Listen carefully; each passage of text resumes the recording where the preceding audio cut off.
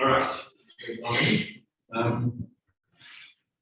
So today we are going to continue talking about properties of the gamma function, and I'm going to introduce hopefully the idea of a beta function.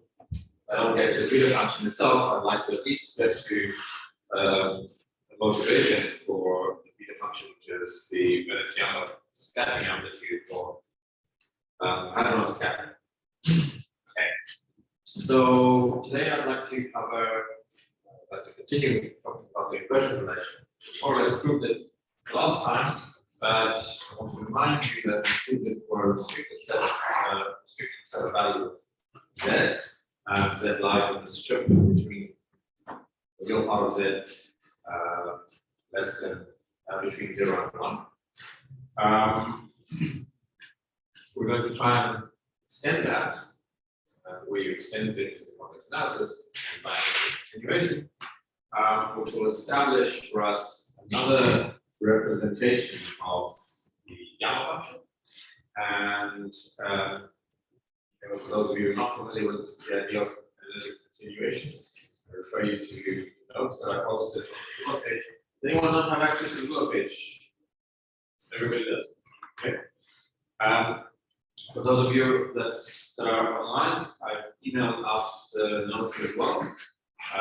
The last section of the notes is what we're covering at the moment, and everything that precedes it is what I'm going to be taking for granted. This covers it in great detail. Go over it, read it. I wrote it so that it's nice bedtime reading. And then I'll introduce the idea of the Veneziano amplitude, and in particular, what's called Regge trajectories in hadron scattering. If you're not doing physics, you haven't done study physics, it's not a big deal.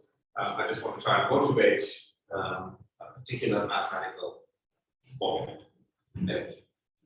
For those of you who are doing physics or have done physics, and especially particle physics, it'd be a nice way to see something that you've worked really hard for appear in a very natural way. Okay, as you said, it's obvious. All right, so the first thing is we've defined the gamma function to a particular. Find the gamma function to a particular integral representation. And I said that whenever I write down an integral representation, you should always ask yourself the question of when that integral converges. So I wrote down an integral of e to the minus t, t to the z minus 1, e to the minus t, and this is our definition of the gamma function. And this thing converges when the real part of z is positive. So in principle, it's defined only for the the right half complex vector, right? Right half, yeah, the right half complex vector. And then we've just been exploring some properties of the gamma. So what I'm going to do today is give you another definition of this thing. Okay. In a slightly different way. And I'm going to show you that the new thing that I'm going to define has the same properties as the old thing, especially in the region where they overlap. The difference between the two is that the new definition of gamma function, if you look a little bit odd, the new definition of gamma function is valid for all values of z. Right? So naturally, those two overlap on the right half plane. And where they overlap, they satisfy the same properties. One of the things about analytic continuation is that if I can define a function on a particular domain, and define a function, same function on another domain, it might be completely different. One might be an integral representation, one might be a discrete series representation. And those two domains overlap, and where those two domains overlap, the two functions, whatever definition I give for them, agree, then this function is the unique analytic continuation of this one. Unique point there. Okay. So the question that we start off with is how do we extend this definition, gamma function,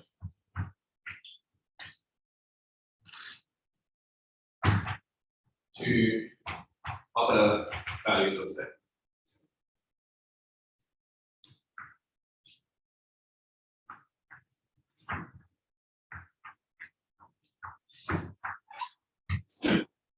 Now I'm going to give you a definition, and we're going to take this definition as actually before I do that, I want to show you what this particular thing is good for.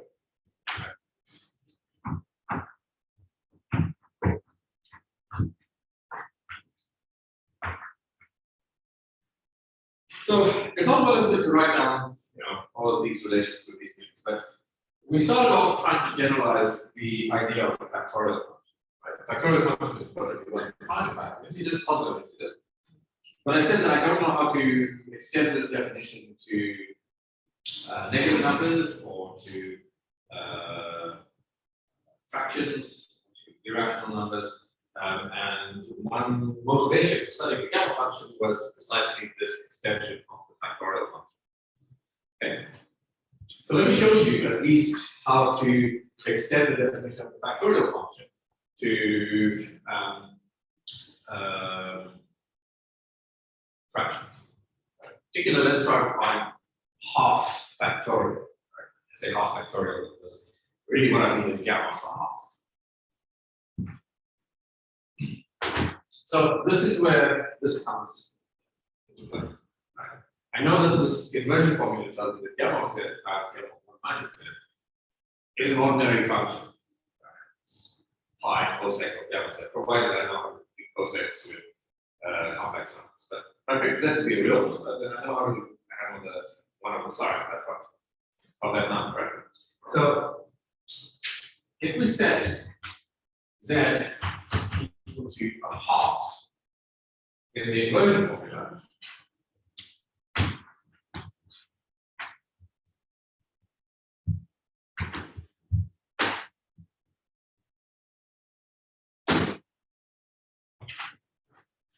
then what I find is that gamma of a half times gamma of 1 minus a half, which is also a half, so it's just gamma of a half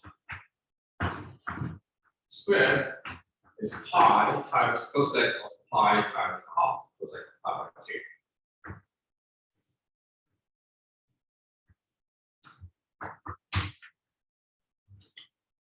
Cosec of pi by 2 is 1 over sine of pi by 2. Sine of pi by 2 is 1. So this is nothing but pi.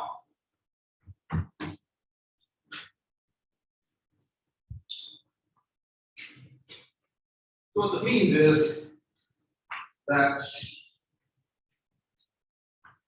gamma of a half is just the square root of pi. Here's an exercise, big question, calculation. Why do we choose the positive root?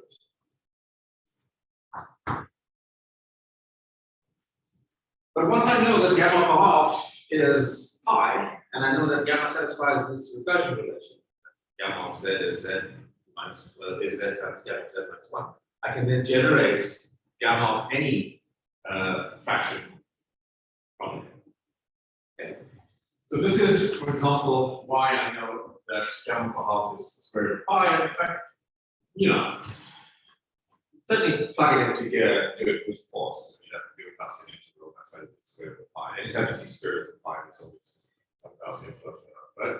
But this is just a quicker method to do that. Let's get back to the question that was set off asking. How do we geometrically continue the gamma function to other values of z? Well, here's the definition. I'm just going to give you a definition of the gamma function and an alternative definition of the gamma function. And then I'm going to demonstrate to you that this alternative definition matches the definition that we already have in the domain where these two overlap. And if I can do that, then there's a theorem. complex analysis tells me that the function that I'm about to write down is the unique analytic continuation of the gamma function outside of this. So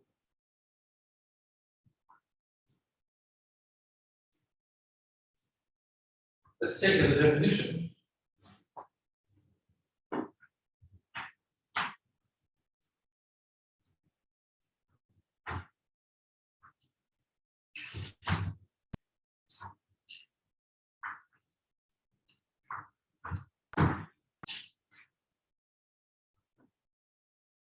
over gamma z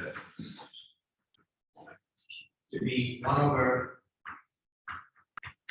2 pi times integral over some function c of e to the t, t to the z dt. So we're doing an integral over the complex t plane of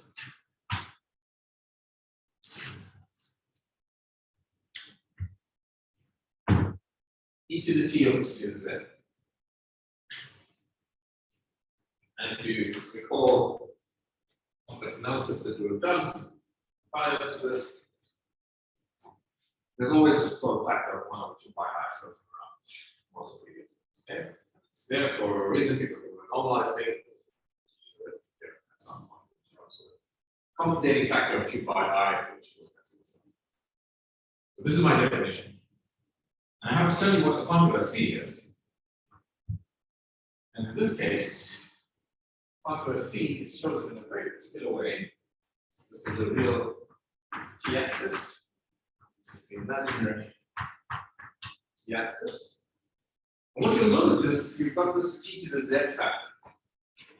Whenever you have a factor like t to the z, I don't tell you what z is, it could be any old number you want, but it's an integer, it's got to be defined. It's not an integer, even when it's a fraction. You're in a little bit of a problem, and there's a problem because this function can be multi-valued. Square roots are multi-valued functions, logarithms are multi-valued functions. Right? Raised to some generic power of z, you have a multi-valued function. Multi-valued functions are problematic to treat, but in complex analysis, you can treat it by using interior Riemann subsets. We don't need to do that. What we need to do is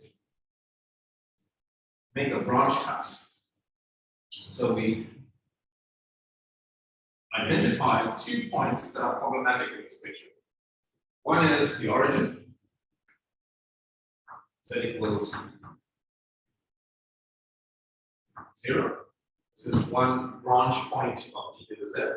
And the other one is z equals infinity.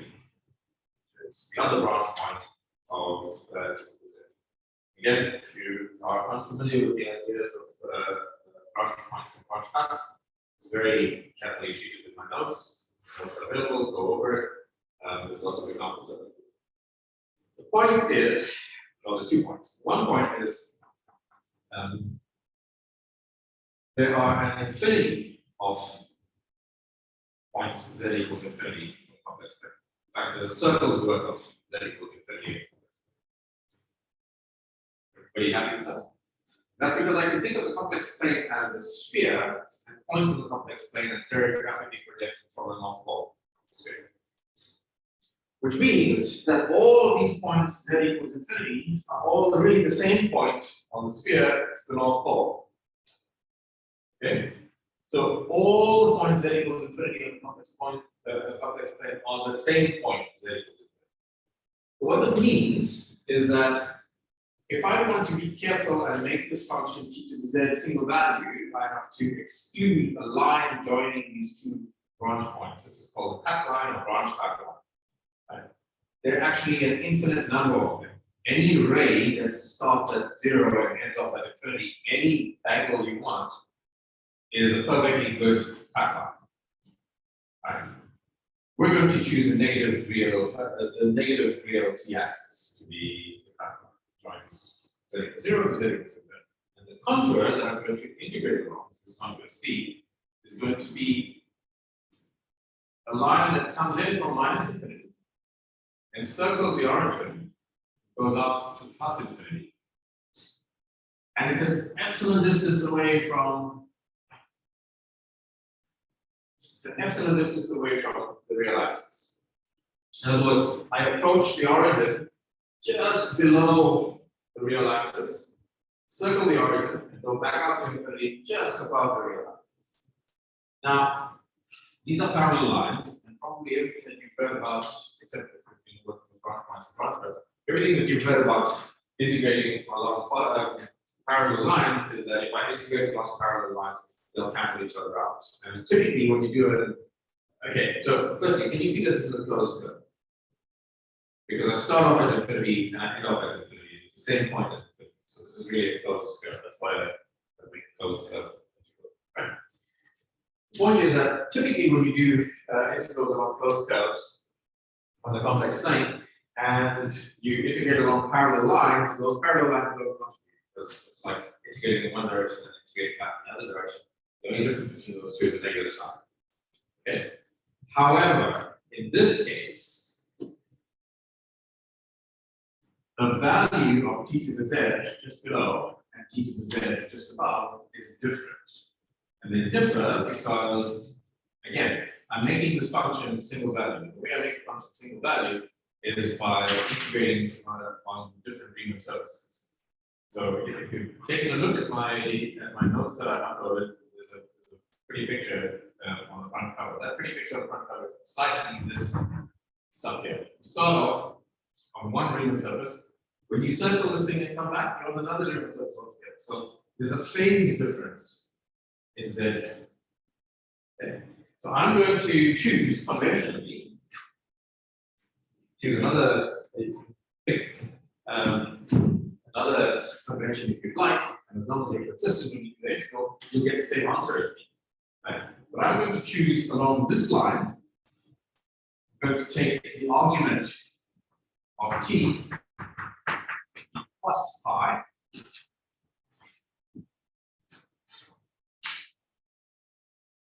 Oh, sorry, minus pi. Just below the cut line, I'm going to take the argument of t to be minus pi, and just above the cut line, I'm going to take the argument of t to be plus pi. Okay. The difference here is that I'm going to have to take the difference between these two and I'm going to get 2 pi. Choose a different direction and say 2 pi. Yeah. Can you choose pi? Like, why did you choose pi specifically? Well, if you think about what I'm doing here, here's theta equals 0. If I start at theta equals 0 and I take that line has theta equals pi. Similarly, if I start at theta equals 0 and I form this way, this is theta equals minus pi. Okay.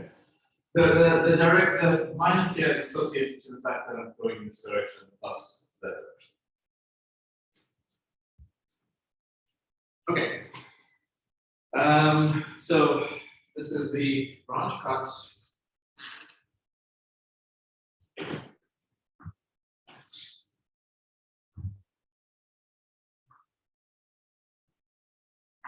And it shows that this function is single value along the function. All right. So now we need to check that these two definitions, this one and this one, the gamma function, match. Right? And we're going to do it in various several steps.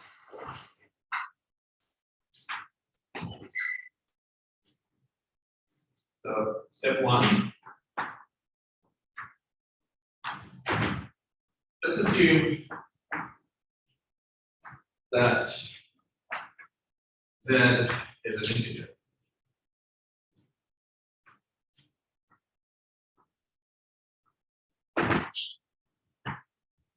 There are two cases here. Either Z is 0 or Z is not 0.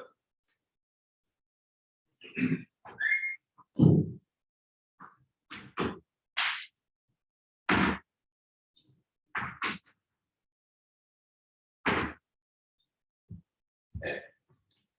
Either way, Z is 0 or Z is not 0, either way, I don't need to think about branches, cuts, blah blah blah, because this is a single value. Okay. First step, z equals 0. So if z equals 0, then my integral looks like this. 1 over gamma of 0. Gamma of 0 is then 1 over 2 pi I.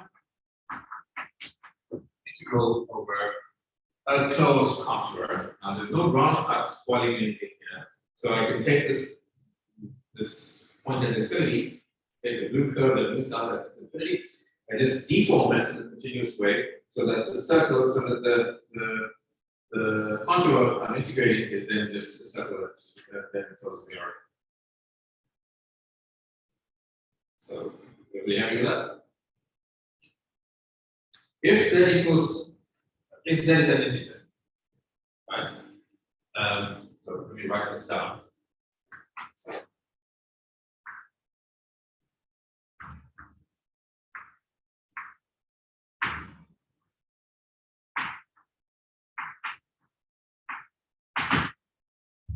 If z is an integer, t to the z is single value, which means that I don't have to think about any of this red funny looking curve. Yeah, right. Remember this red funny looking curve is a branch cut, so I'm actually excluding this point, this line along the red when I do the integral. That's why I integrate from just below to just above. Okay, but these two things here, these two parallel lines meet out at infinity. So this looks like a curve that extends like this and goes out to the same point. It's a closed curve. If I don't have this obstruction, then I can do whatever I want to this thing. So in particular, I can take the curve and I can deform it so that it looks like this curve, still integrated in that direction.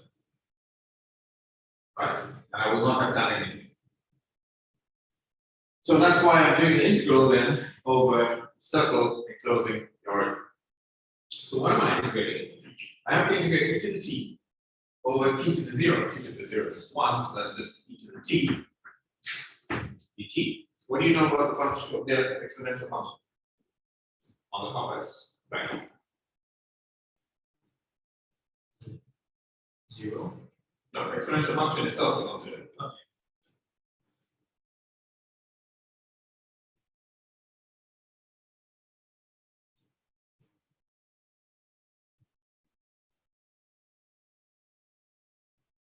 Can you differentiate the exponential? What do you get? You do it again. So you can do it for an infinity of times, it's fully exponential. So this thing has an infinity of derivatives, all of the derivatives that exist, which means the Taylor expansion exists.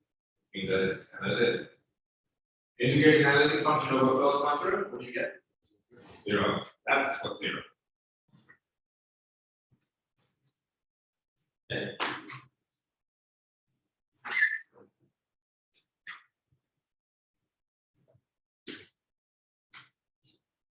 Secondly, if z is some integer n that's not 0, what do I get? Well, that's gamma of n, say, 1 over 2 pi I. Same arguments. So I'm still doing the integral of this one that encloses the order. E to the t to the n. Okay. This function is no longer analytic. It has poles. It has poles everywhere that equals 0. Otherwise, specifically at the origin, this pole. And then I have to work out what the residue of this pole is at the origin. It's a pole of order n, which means that this is just 1 over 2 pi I times 2 pi I times the residue of, let's call this guy f of t, residue of f origin, keep this as an exercise for you, it's trivial to do.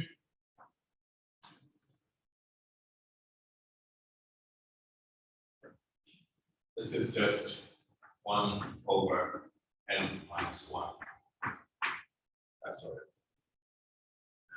And would like you to show this as calculation number 2.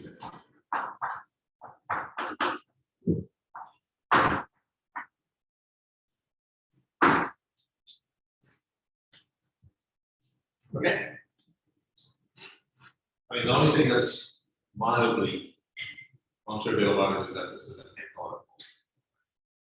Simple pole, this is an n-order pole, which is where you would expect this n minus 1 factorial.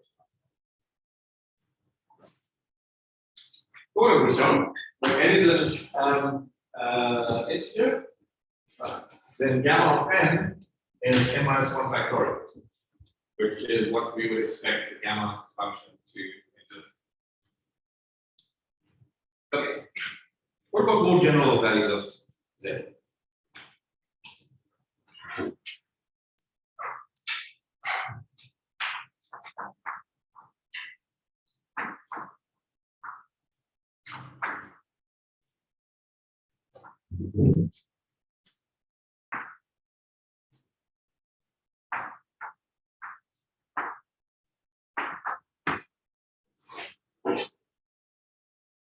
Well, let's start off here.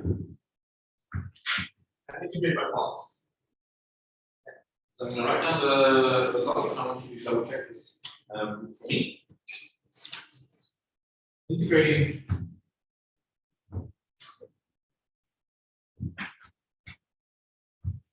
by parts.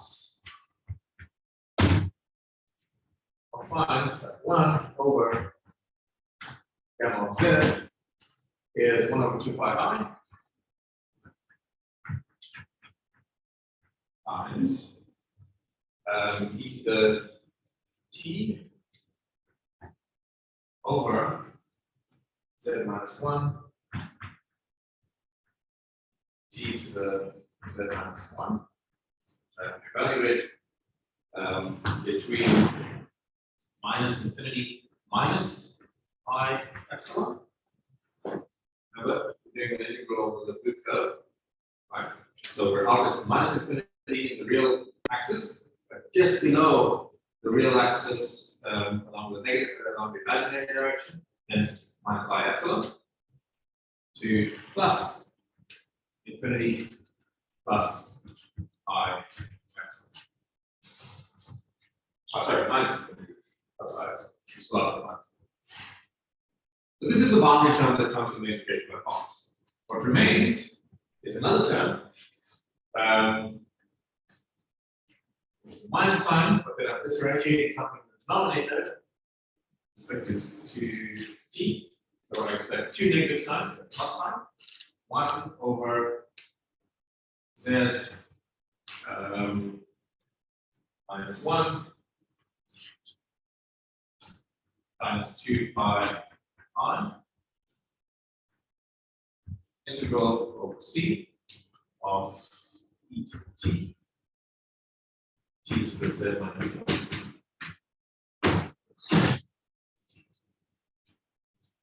So let's look at the first term.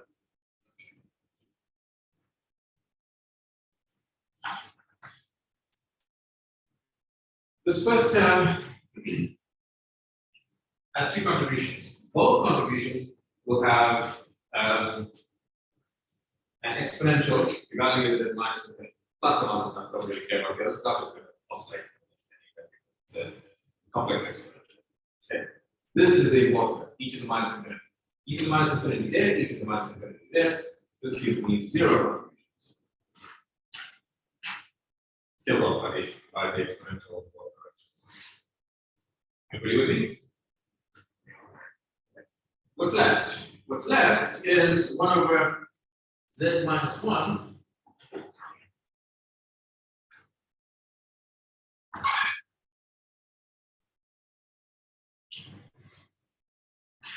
and this remaining 1 over 2 pi I times this integral here. Well, if we go back to the definition, that's just gamma of z minus 1.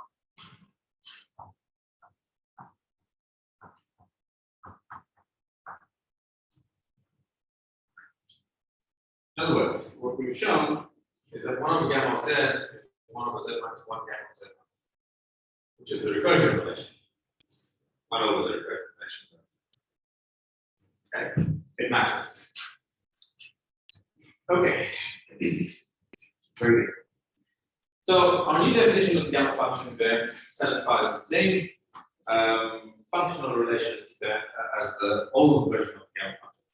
Except the new version of gamma function is defined. I didn't give you any illustration. This integral converters for all Z. Which definition of the gamma function you choose to use really depends on the problem you're trying to solve.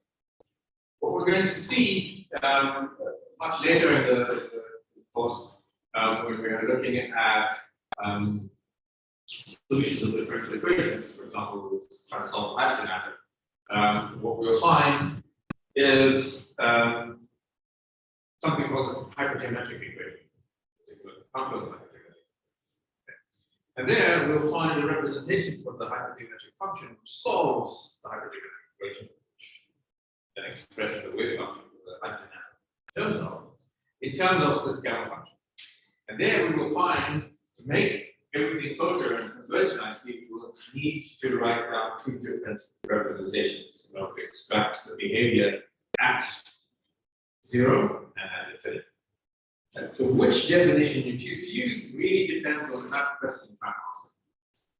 So it's good to know that these definitions exist and that they are different and that they communicate to different things. So 1 over gamma of 0 is 0. Does that mean that gamma of 0 is infinity? Yes, because it's always.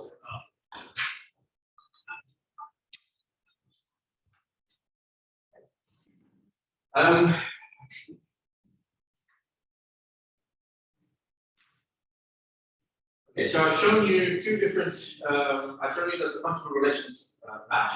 We're able to reproduce at least pole structure at 0, as well as the relation to the factorial function, as well as the subversion relation. But we also have this inversion relation that we wrote down last time. And I'll ask, well, how does this arise? I'll show you how the inversion relation arises.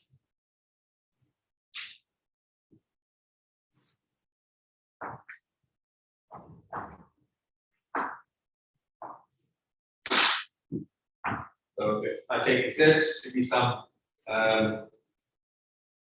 non-integer, so I specifically don't want Z to be an integer.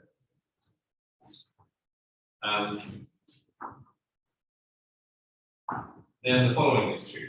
If I take gamma 1 over gamma of Z minus 1, put my definition up here, this is 1 2 pi I.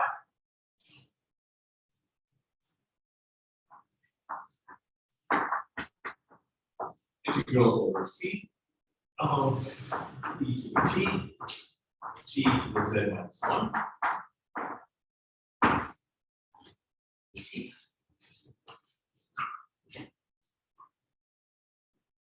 And the reason why I want to introduce this is because now for the first time, sorry, I don't want to call minus,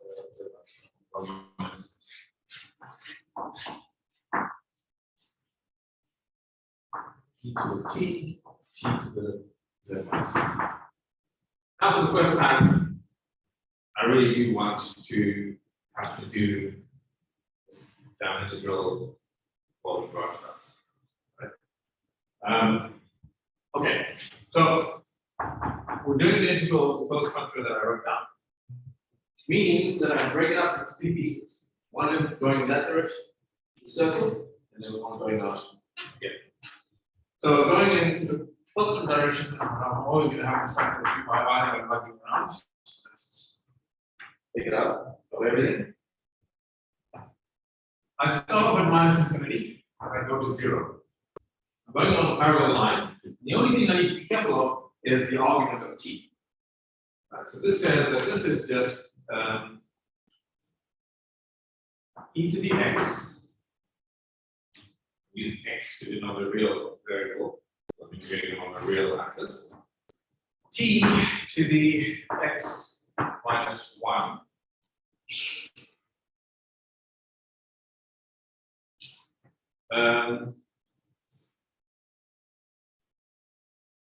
e to the, sorry, e to the x is correct. That's e to the t.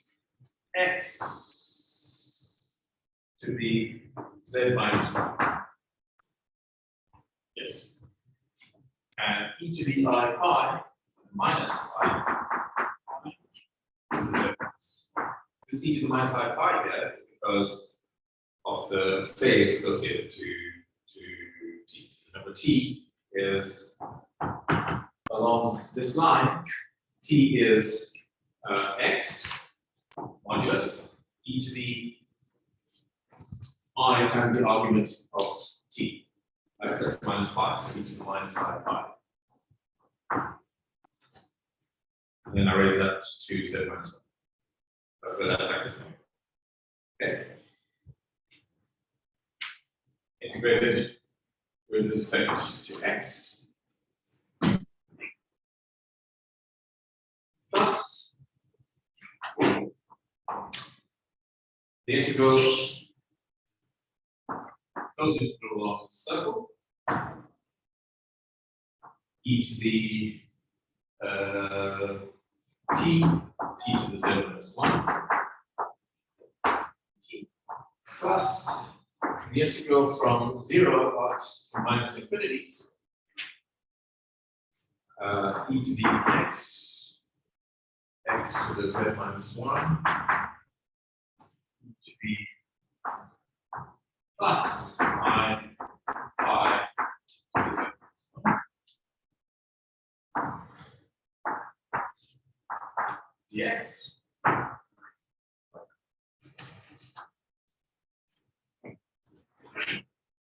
My claim is that this thing is equal to 0. I would like you to quick calculation number 3.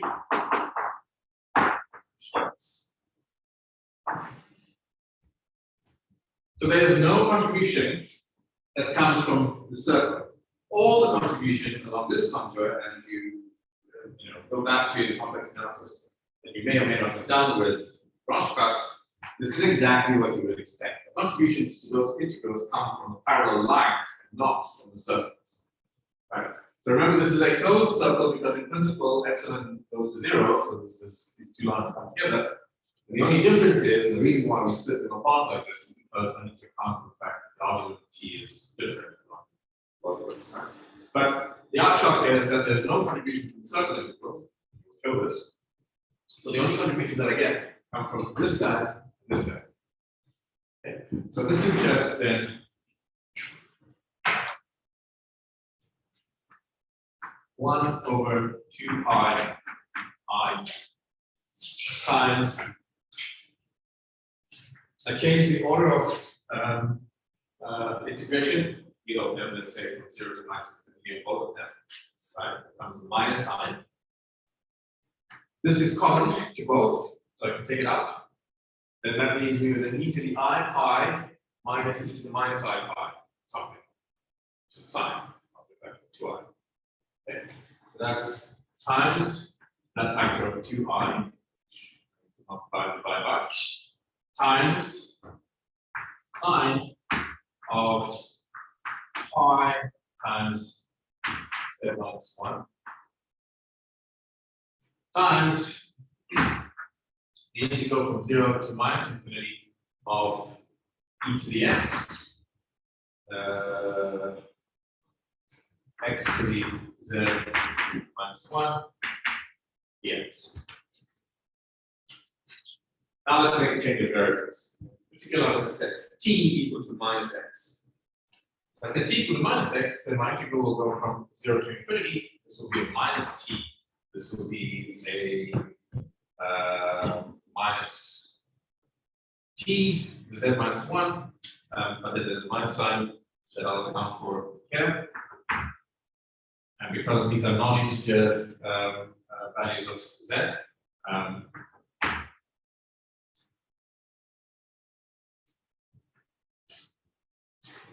that. And if I look at this, because T is in the positive region, this is just gamma function, but in particular gamma z. So this is just this factor 2i cancels this factor 2i 1 over pi. Sine is 1 over cosec, so that's gamma of z over pi cosec of pi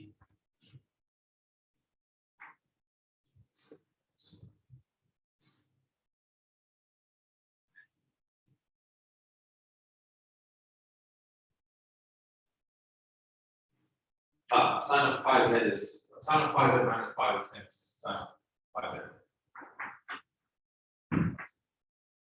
And then I can take the gamma function, gamma of z there, and reproduce the vertical. Okay. All right. Who of you is leaving now?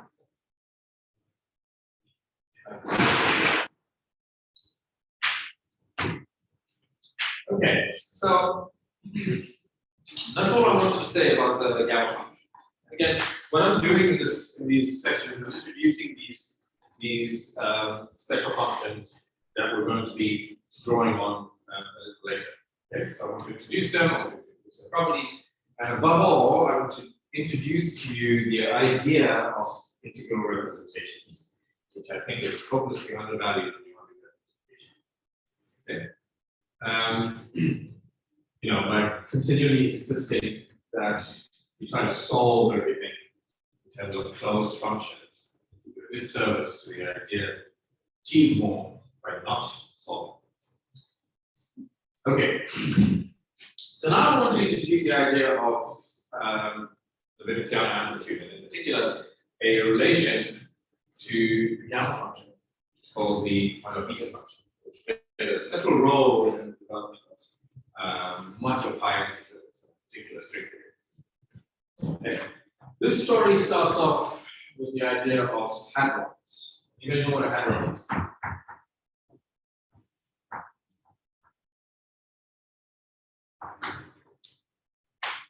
Anyone? Anyone? You guys are nodding, so I'm not sure what it's a yes, not, or I'm not sure. I do, but I think it's Tell me what you heard. It's very important to guess.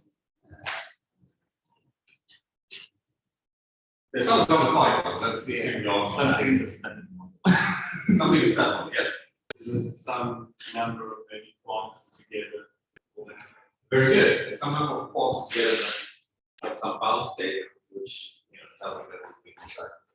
They have some atomic particles. There are classification of some atomic particles that interact strongly in That's it.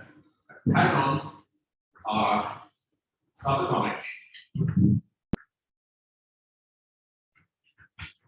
particles that interact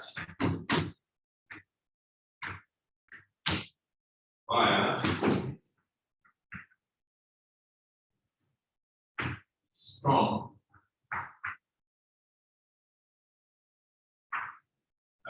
nuclear force interaction.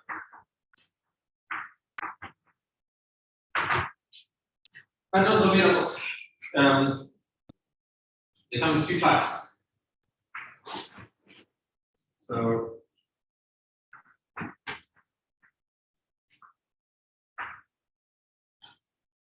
I mean, two types. I hesitate to use words like flavor in this context, so I'm just going to say types. The two types are mesons,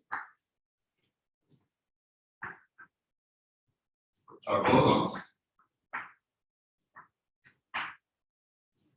and baryons,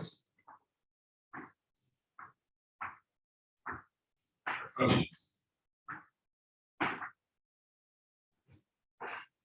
Okay. Today, we understand that hadrons are made up of bound states of particles called quarks. So bound states go to make hadrons in general. Either you get 3 or 2 being bound together that form either baryons or mesons. Okay. So depending on how these bound states form, you get mesons, which are bosons, or you get baryons, which are fermions. Right? So there's some quantum number that each of these guys carry. This quantum number is non-zero, then you get fermion, zero, then you get boson. Okay.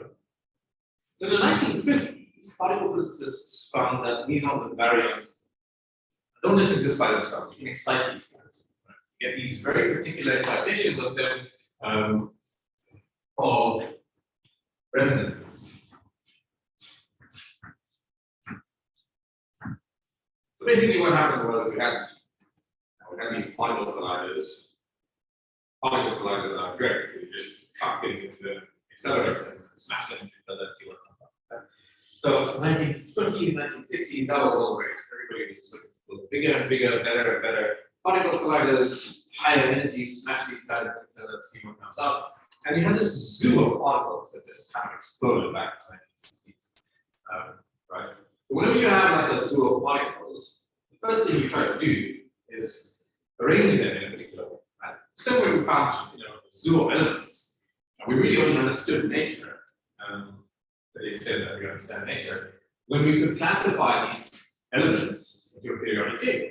And you can line them up and you can see what's there and what's missing, and you know what the properties are, and you know how to combine these things to make different elements. Okay? Same story with these guys. So, they took a bunch of hadrons, smashed them against each other after accelerating them to high energies, and so what came up. And what came up looked like a whole bunch of particles. Really, it wasn't particles, they were excitations of these mesons and baryons. These were the resonances. Okay. So then they tried to arrange the resonances in a way that made sense. And one way to arrange these the resonances was to plot these things in some phase diagram. So here, what they did was they plotted the spin of the particle, they plotted the angular momentum of the particle against the square of their masses. So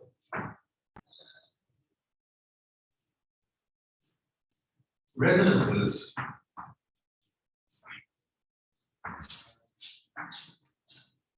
were found to lie on so-called Reggie trajectories, Reggie curves.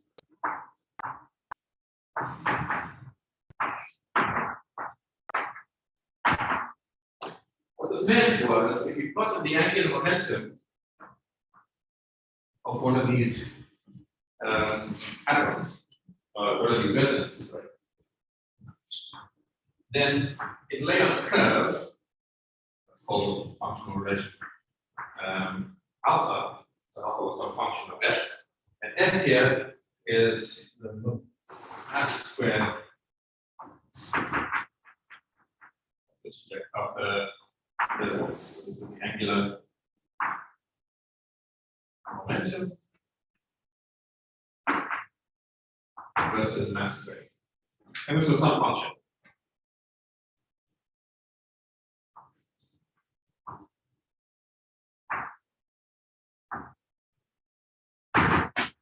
So this is what happened.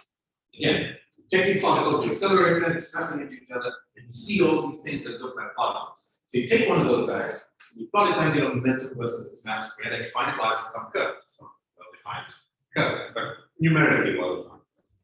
Okay. And these curves are called Reggie curves or Reggie trajectories. And this is the center of mass energy. And resonances were found precisely where these functions, alpha of S, some function, when these functions, alpha of S, were some either non-negative integer or non-negative integer plus half. So so this is what they found. And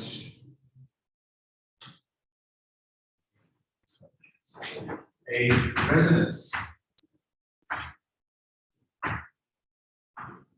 exists when alpha of S was either a non-negative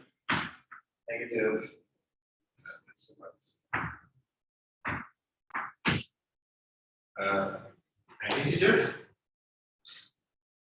in which case I get a meson,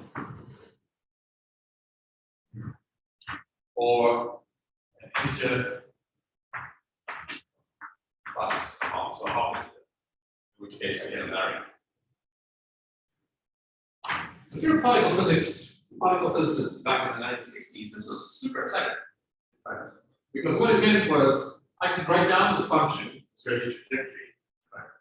And everywhere this function took a value of an integer, a non-negative integer, you knew there was going to be a meson function. So even if you didn't have access to the particle physics experiment, you give predictions. You find a meson here, or you find a baryon here. Okay? But of course, it's more than just being able to phenomenologically give predictions. But you want to explain why the angular momentum versus center of mass energy have this particular relation. And this was really the kind of birth of string theory. There's a bunch of particle physicists working on essentially the strong nuclear interactions that noticed these patterns. One more pattern that deserves some mention is the fact that, and this is an experimentally observed phenomenon, that the largest value for a given value of S, right, so S can take various values, but I take some value of S and I fix it. Okay. And then I work out what the largest value of J is corresponding to that fixed value of S. So for a given S, the largest J values obeys what's called the leading Reggie trajectory. So the leading Reggie trajectory satisfies following relations. Alpha of S, this unknown function, is actually linear in this case. Alpha of S is alpha of naught, some intercept, plus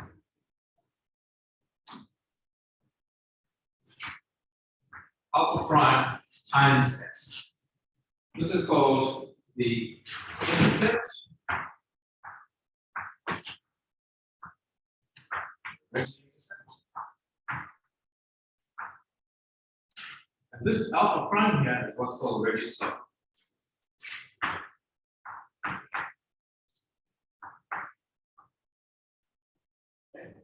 So in the language of string theory, this Reggie slope actually turns out to be the tension of the string. Okay. As people start to develop these dual resonance models. The intercept itself depends on various quantum numbers, so like strangeness and the baryon number and things like that. Okay, so this thing depends on which baryon or meson you're using. Right, so this thing depends on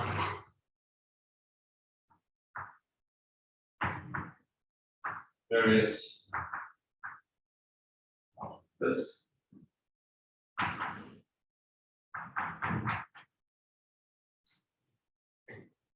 But this thing, Reggie slope, appears to be universal.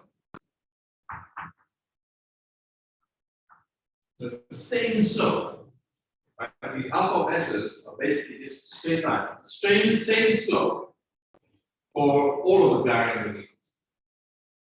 Okay. So when I say string tension, I mean one number. And this number was found to be of the order of 1 G minus 2. That's pretty.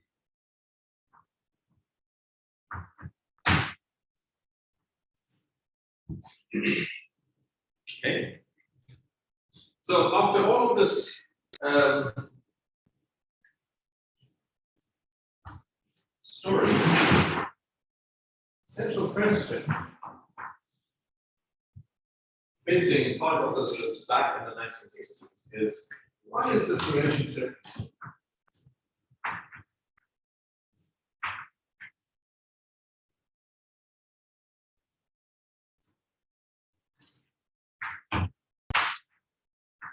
so simple?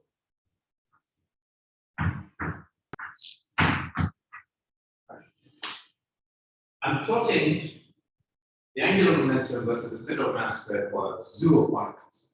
I have no reason to expect, even hope, that this functional relation will be linear with a universal slope. Basically, a bunch of parallel lines that just hit the vertical axis, the j-axis at different values. Right? So why is this relationship so simple? That's where I'm going to leave you. We'll pick up again.